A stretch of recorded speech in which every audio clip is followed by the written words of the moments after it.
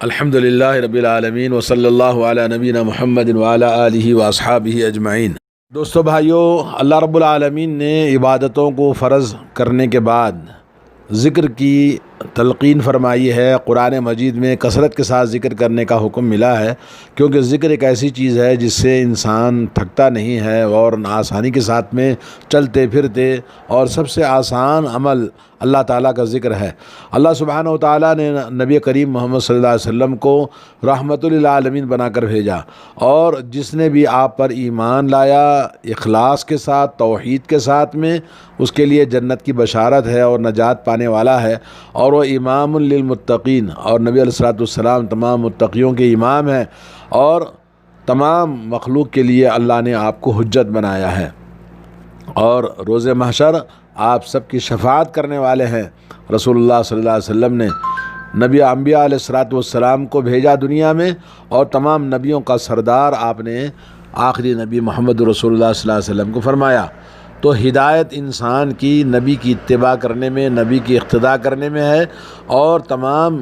راستے ہدایت کے نبی علیہ الصلوۃ والسلام نے ہم پر واضح کر دیے۔ جو نبی کی سنت ہے وہی ہمارا دین ہے، جو نبی کا بتایا ہوا عمل ہے وہی ہمارے لیے عمل ہے، اور آپ کی سنت قولی، سنت فعلی، سنت تقریری تمام ہمارے اوپر فرض ہیں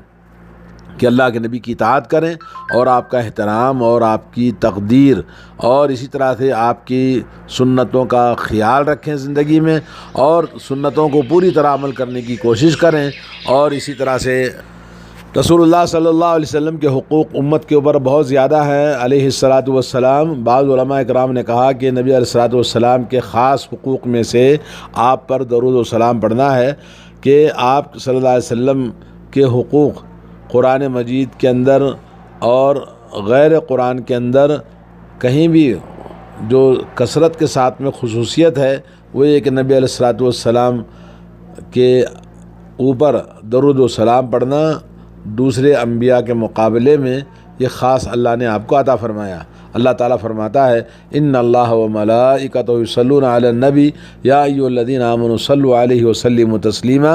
بے شک اللہ اور اس کے فرشتے اپنے نبی علیہ الصلوۃ والسلام پر اپنی رحمتوں نازل فرماتے ہیں، یعنی اللہ تعالیٰ رحمتیں نازل فرماتا ہے، فرشتے رحمتوں کی دعا کرتے ہیں۔ اے ایمان والو، تم بھی اپنے نبی علیہ الصلوۃ والسلام پر درود و سلام پڑھو، یعنی رحمت کی دعا کرنا ہے، سلامتی کی دعا کرنا ہے۔ سورہ احزاب آیت نمبر 56۔ صحیح بخاری میں ابو العالیہ سے روایت ہے، صلاۃ اللہ ثناؤہ علیہ عند الملائکہ، اللہ تعالیٰ کی تعریف فرشتوں کے نزدیک، اور اللہ کی رحمت آپ پر نازل ہوتی ہے، اور فرشتوں کا درود و سلام پڑھنے کا مطلب ہے کہ فرشتے آپ کے لیے دعا کرتے ہیں۔ حضرت ابن عباس رضی اللہ تعالیٰ عنہ فرماتے ہیں یصلون یعنی یبرکون، اللہ کے لیے برکت، اللہ کے نبی صلی اللہ علیہ وسلم کے لیے برکت کی دعا کرتے ہیں فرشتے۔ اور ابن کثیر نے کہا اس آیت کا مطلب یہ ہے اللہ سبحانہ و تعالیٰ بندوں کو خبر دے رہا ہے کہ آپ صلی اللہ علیہ وسلم کا مقام آپ اللہ تعالیٰ کے پاس کتنا بڑا ہے، اور وہ اپنے نبی پر ملائے اعلیٰ میں آپ کا ذکر ہوتا ہے، آپ کی ثنا ہوتی ہے، اور آپ پر فرشتے مقرب فرشتوں میں آپ کی حمد و ثنا، آپ کی تعریف ہوتی ہے، اور فرشتے آپ پر رحمت کی دعا کرتے ہیں۔ اعلیٰ میں یہ مقام ہے تو ملائے سفلا، عالم سفلی، یعنی انسانوں کو یہ حکم ملا ہے کہ ہم رسول کریم صلی اللہ علیہ وسلم کے لیے رحمت کی دعا کریں اور درود و سلام آپ پر پڑھیں۔ اس طرح سے عالم علوی اور عالم سفلا دونوں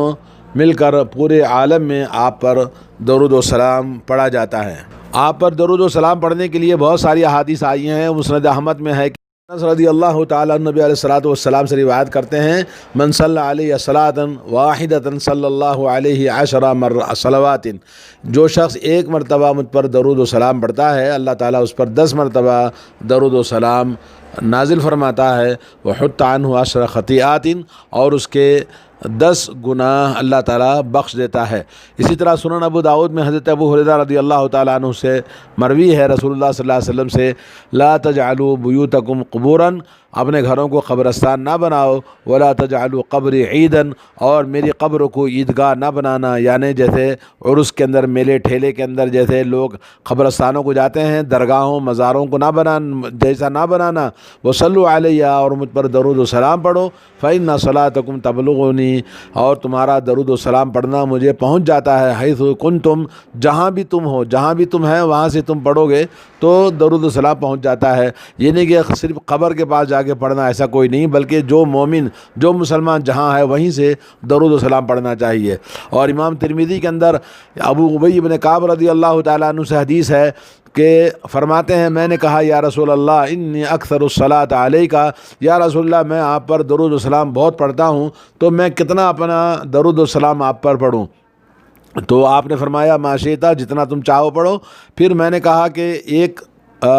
تہائی، ایک ربع، یعنی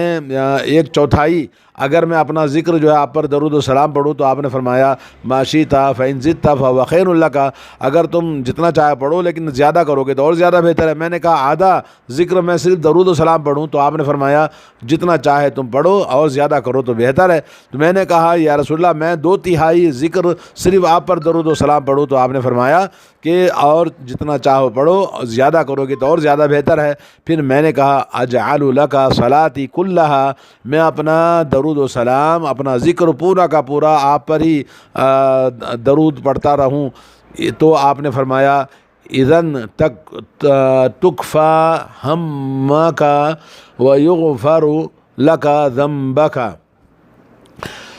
کہا کہ اگر تم پورا اپنا ذکر و درود و سلام پڑھو گے تو تمہارا ہر غم اللہ تعالیٰ کافی کر دے گا تمہاری طرف سے، اور تمہارے گناہوں کو بخش دے گا۔ سبحان اللہ۔ یعنی کوئی انسان پورا درود و سلام پڑھتا ہی رہے اللہ تعالیٰ کے نبی صلی اللہ علیہ وسلم پر، تو اس کے لیے اس کی تمام دکھوں، غموں کو، مصیبتوں کو، پریشانیوں کو اللہ تعالیٰ دور فرما دیتا ہے اور گناہوں کو بھی بخش دیتا ہے۔ علامہ ابن قیم رحمۃ اللہ علیہ فرماتے ہیں کہ ہم نے اپنے استاد سے پوچھا اس بارے میں، تو کہتے ہیں کہ ابی بن کعب رضی اللہ تعالیٰ عنہ ایسے جلیل القدر صحابی اللہ کے نبی سے کہہ رہے ہیں کہ میں اپنا 1/3 اور اس کے بعد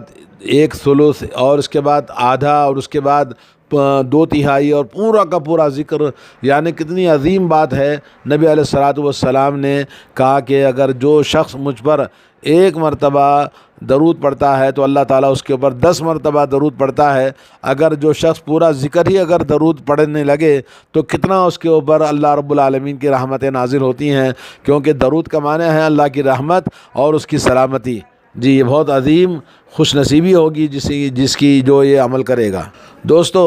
درود و سلام پڑھنے کے فوائد میں سے نمبر 1 یہ ہے کہ یہ اللہ تعالیٰ کے حکم کی بجاوری ہے جو اللہ نے ہمیں حکم دیا۔ پڑھنے کے دوسرا فائدہ یہ ہے کہ وہ اللہ رب العالمین نے ہمیں حکم دیا کہ نبی علیہ الصلوۃ والسلام کے لیے ہم دعا کریں رحمت کی اور سلامتی کی۔ اور اللہ تعالیٰ کا سلام پڑھنا مطلب یہ ہے کہ اللہ تعالیٰ کی ثنا اور اس کی تشریف اللہ کے نبی کو عطا فرماتا ہے، اپنی رحمتیں نازل فرماتا ہے، لیکن ہمارے لیے کہ ہم اپنے نبی کے لیے درود و سلام پڑھنا، درود و سلام کی رحمت کی دعا کرنا ہے، سوال کرنا اللہ تعالیٰ سے۔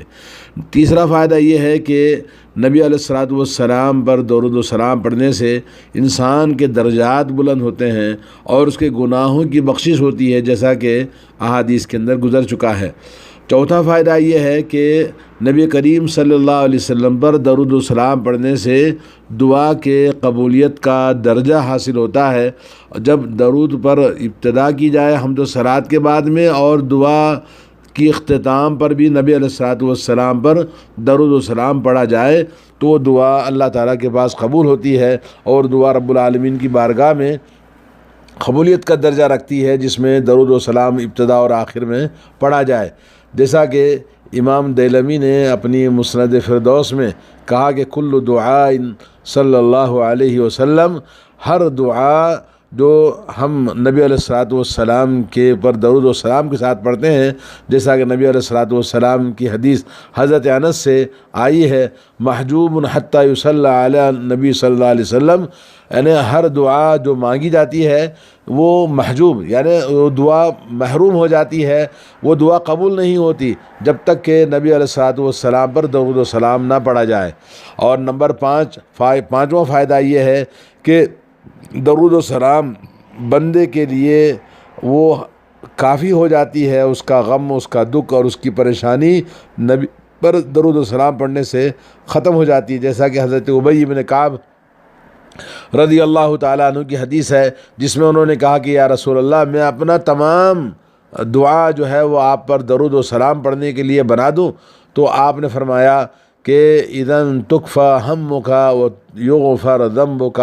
تیرے تمام دکھ تیرے لیے سب کافی ہو جائیں گے اور تمام گناہ اللہ تعالیٰ بخش دے گا۔ تو اس طرح کے بہت سارے واقعات موجود ہیں جو اس بات پر دلالت کرتے ہیں کہ جو بھی انسان مشکلات میں ہو اور اپنے تکلیف کو دور کرنا چاہتا ہے تو اپنے گھر میں کثرت کے ساتھ میں اپنے دکھوں کو، اپنے غموں کو دور کرنے کے لیے کثرت کے ساتھ نبی علیہ الصلوۃ والسلام پر درود پڑھے۔